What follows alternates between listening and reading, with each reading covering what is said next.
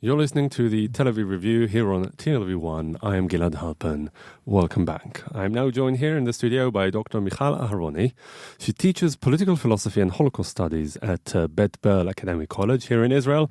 She's also the deputy editor of the academic journal Dapim Studies on the Holocaust that's published by the University of Haifa. And more importantly, for our purposes at least, she's the author of Hannah Arendt and the Limits of Total Domination, the Holocaust, Plurality and Resistance, that was recently published in English by Routledge. Hello, Michal. Welcome to the Tel Aviv Review. Hello, thank you. So Hannah Arendt was one of the most prominent political philosophers of the 20th century. She was probably best known for her coverage of the trial of top Nazi criminal Adolf Eichmann. But her most influential theoretical work was her monumental The Origins of Totalitarianism, written in the immediate wake of the Second World War, in which she tried to make sense of what humanity had just gone through and draw theoretical lessons from it. Now, in your book, you follow in Arendt's footsteps and do a quality check of sorts. You analyze to what extent her theory stands up to scrutiny in light of the sizable body of testimonies about the Holocaust by Holocaust survivors that has been accumulated since. Now, by way of introduction, I'd like to ask you to tell us in broad strokes about Arendt's theoretical novelties in her work and what was of particular interest to you in your endeavor. Okay, so your introduction was pretty precise regarding my book. I do focus on the origins of totalitarianism, which was her first published book, published in 1951. So she was written it at the late 40s, 1948, 1949. It's a pretty lengthy book, hundreds of pages. Which is divided to three parts. The first part deals with the topic of imperialism. The second part deals with anti-Semitism. And the third part, which I focus on, deals with totalitarianism. Which was the most recent phenomenon of the three she explores? Not necessarily. You can say that imperialism was earlier. Earlier, no, that's what I'm saying. But totalitarianism was the most recent one. Right, right. And most pertinent for her, the specific moment in history when she was writing right. her work. Arendt was deeply influenced by the phenomenon of totalitarianism. She herself was a victim of the totalitarian regime, the Nazi, of course. Arendt was born in 1906 in Germany. She was a Jewish German, as you said, very prominent political philosopher. She died in 1975 in New York. And she herself was a refugee who became a stateless person for 18 years. She illegally flew from Germany in all kinds of ways. She arrived in France and then she received a refugee visa to the U.S. So she was very personally involved in her endeavor, in her theories, in her studies. Yeah, you can say so. She was arrested by the Gestapo. Luckily, she was able to get released. Afterwards, she was imprisoned in one of the kind of concentration camps, not exactly concentration camp, but the camp of Gur in France. She was able to escape again. Most other women in this camp were afterwards murdered by the Nazis. So everything she was talking about was very personally connected to her biography. Mm-hmm. And it had great influence on her writings from the origins until all her other books, until the rest of her life. So in my book, I focus on the third part, as I said, the totalitarianism. And even more specifically, I focus on a relatively short section in this third section, which is called Total Domination. Total domination is the central notion that I examine. And as you say, I try to elaborate and present in a wider point of view. And first, maybe I should explain what Arendt means by total domination. When she talks about total domination, she actually trying to understand, by the way, not to explain in her view, but to understand or to think about the purpose of the totalitarian regime. Mm-hmm. She talks on both the Soviet totalitarianism and also the Nazi totalitarianism, but she mainly focuses on Nazi Germany, and so do I in my book. And she believes, first of all, and this is one of her novelties, she believed that totalitarianism was an unprecedented regime that we didn't know before. It's not like all the ancient tyrannies or modern tyrannies. It's something completely unique and new. And she thought that the main goal of totalitarianism wasn't merely to murder millions and millions of people, but rather to ruin humanity. In one of the very interesting passages or sentences in the book, she writes something like, human nature is in stakes, meaning that the totalitarian regime actually attempted to destroy the quality of humanity or of the human being, meaning to destroy one's personality, individuality, uniqueness, plurality, which is another very central notion she uses. So the real victims, according to Arendt, aren't, well, those who were killed by this regime, of course, but to a greater extent, those who survived, whose humanity, whose life wasn't quite the same. I wouldn't say that, though it's interesting. Both. I mean, she doesn't... No, but her novelty is that she focused on those, the people who were subjected to the totalitarian regimes as victims as well of that regime, and not only the millions who died, who were the obvious victims. I will refer to it later on, okay. But she doesn't talk specifically about the survivors. She talks about everybody, okay? Mm-hmm. All the victims. Obviously...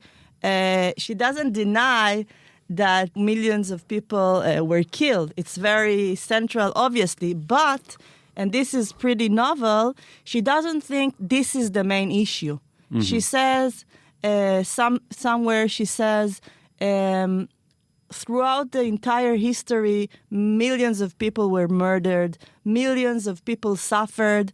The suffering itself is not the main issue. Mm-hmm. Okay, so this is one of the novelty. And by the way, many critics afterwards criticized her for that and disagreed on this point.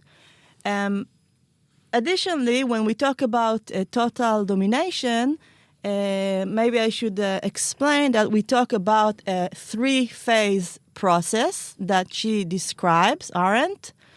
In the first stage, we're talking about the attempt to ruin human legality. She basically describes a process in which millions of people became rightless, what she calls, and stateless. Mm-hmm. As I said, she herself became a stateless person, and the Jews were the paradigm for this condition of statelessness, according to Arendt. The second stage in the process is the ruining of morality, and she has a certain understanding of what is to ruin morality, one's morality. And the third stage, which is the essence of the purpose of totalitarianism, according to Arendt, is the ruining of individuality, as I said earlier. So if you examine, according to Arendt's paradigm, the balance between the regime and the individual, there is always in some sort of tension, some sort of friction. When it comes to totalitarianism, the regime is at 100% and the individual is at a 0%. This is what she thought, more or less. And some critics had said that it's even more so in the Soviet example. This attempt to really make the entire humanity into one individual. Arendt also writes such a thing in her book. That's all subjected, of course, to political power. I mean, it's not just individual, as you know. Of course. Yeah. No, but you said that her theory applies both to fascism and communism, so I mean it makes perfect sense. According to Arendt, yeah.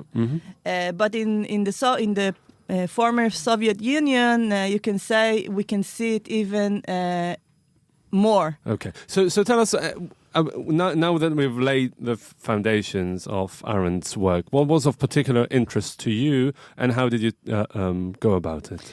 So my greatest interest, I think I can phrase it in one question, or a central question. How can human beings cope with the worst of circumstances in the concentration camps and remain human?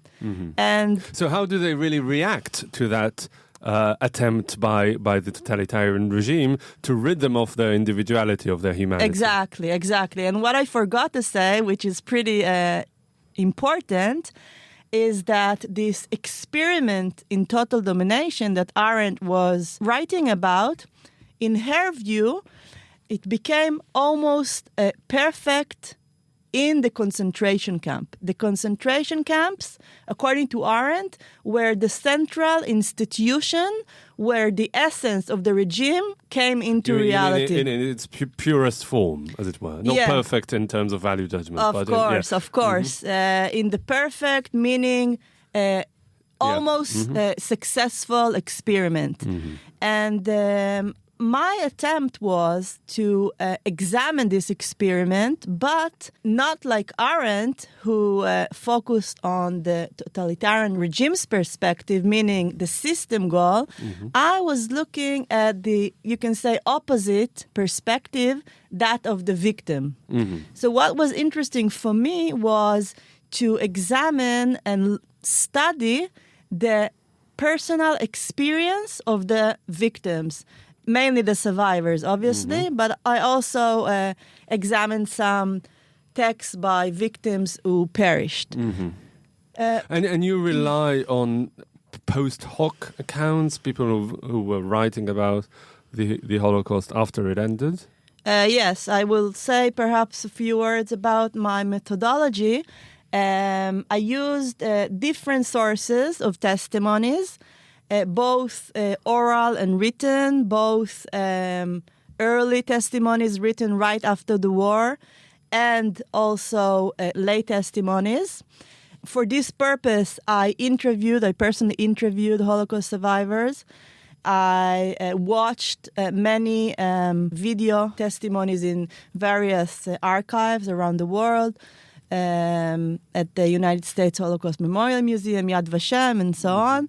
And also I examined written text by both canonical, very famous, well-known authors who survived the camps, such as Primo Levi, Jean Amery, Viktor Frankl, Charlotte Delbo, and others, but also non-famous or not very well-known survivors. And what do you think, according to their accounts, did Arendt's theory stand up to scratch? Well, this is what I try to do, and it's important for me to emphasize that I didn't reach a very certain black and white conclusion. Meaning, and I will detail about it, obviously, but it's important for me to say so because I want the listeners to understand that I didn't try to refute, quote-unquote, Arendt, or to say, oh, Arendt was wrong, there was no such experiment, etc. You can say that I don't have the tool, and nobody has the tool to examine such a hypothesis, because you can say that total domination is a kind of ideal type. Yeah.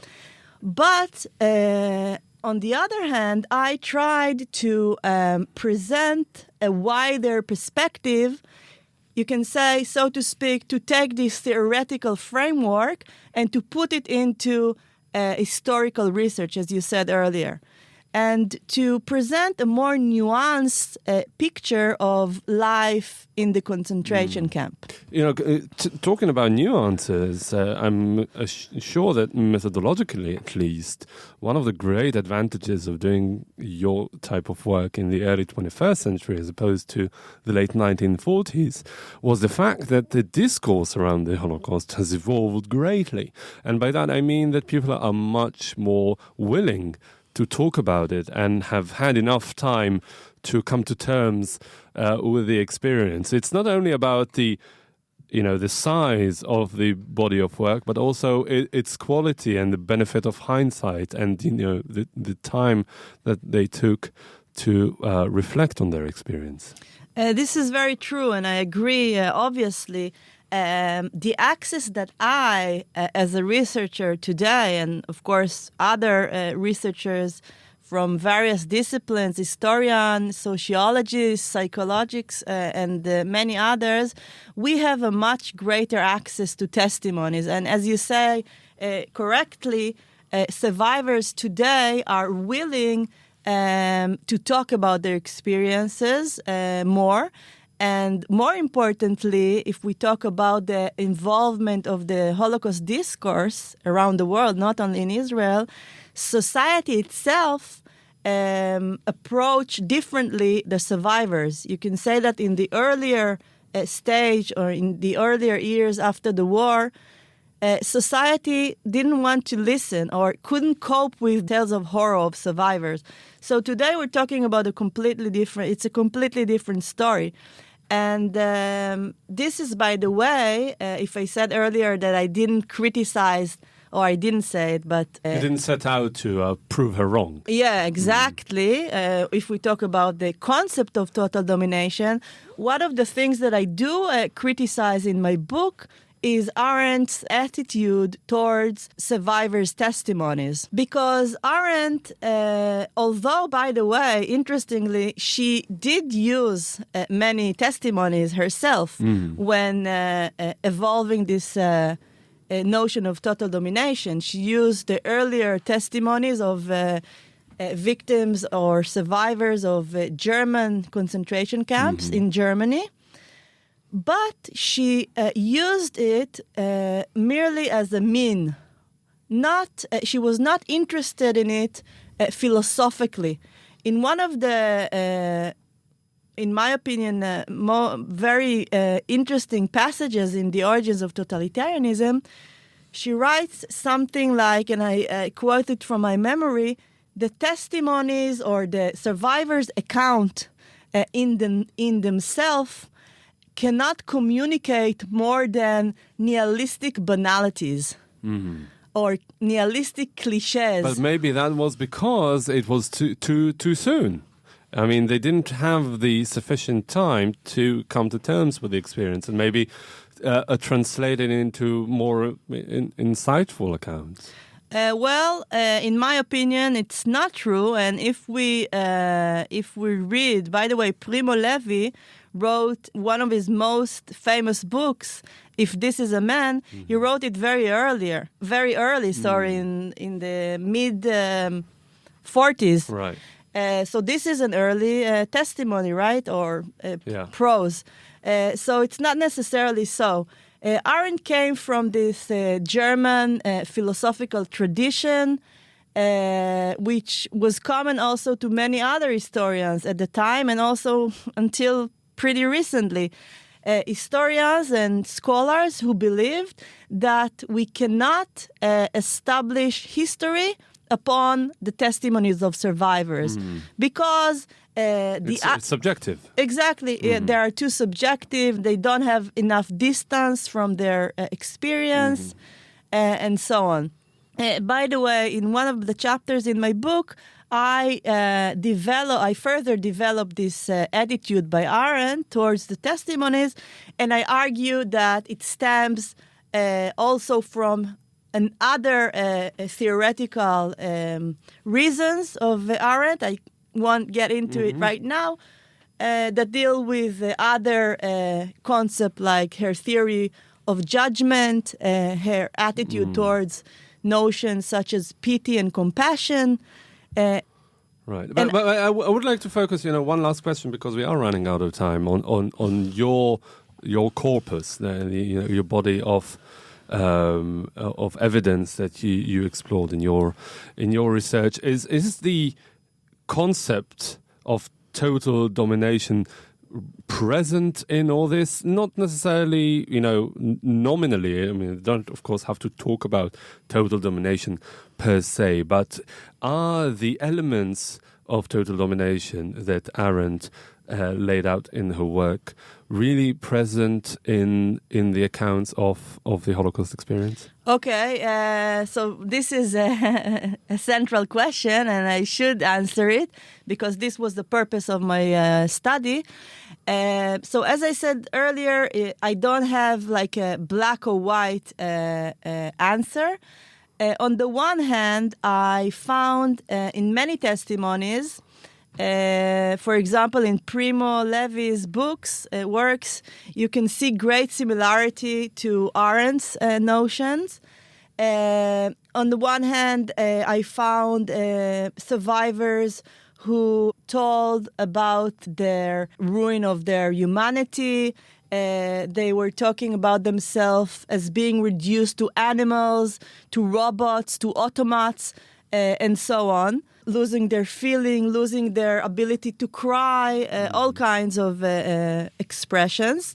But on the other hand, I did find many examples of the persistence of humanity. And I will say a few words, if I may, because this is the central, I think, innovation in my work when we talk specifically regarding Arendt or in relation to her theory. I found many examples of maintaining one's humanity and morality, and I focus in my study in this context on the notion of unarmed resistance, which I explain in a very wide definition or in a very wide way. And I talk about three things mainly. The first thing is maintaining one's dignity, which can be understood as maintaining one's free will and also one's, what we call in Hebrew, tselem Adam, remaining humane, what we say. Okay. The second aspect is mutual aid or solidarity among the prisoners. And the third one is the life of the mind in the sense of intellectual, cultural, religious, and spiritual examples. So this is what you mean by resistance in Holocaust plurality and resistance, the attempts to fend off those attempts to do away with exactly. And all of these examples, I can't detail all of them right now, obviously, but I can give a very brief example. One of the survivors, her name is Judy Cohen. She's Canadian. She survived the concentration and extermination camp of Auschwitz. She was telling about an incident in which a very young Russian, non-Jewish kid approached her and put a cube of sugar in her hand.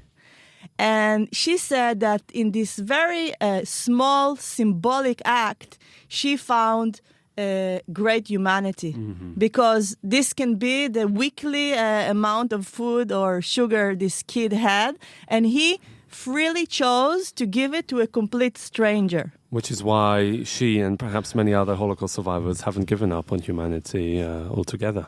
Right, and this really strengthened their ability to survive. Yeah. All right, I'm afraid we've run out of time, Dr. Michal Aharony. This is really fascinating, and I encourage all our listeners to go deeper into these notions in your book, Hannah Arendt and Limits of Total Domination. The Holocaust, Plurality and Resistance. It's very recently come out in English and was published by Routledge. Thank you very much for coming in today. Thank you very much.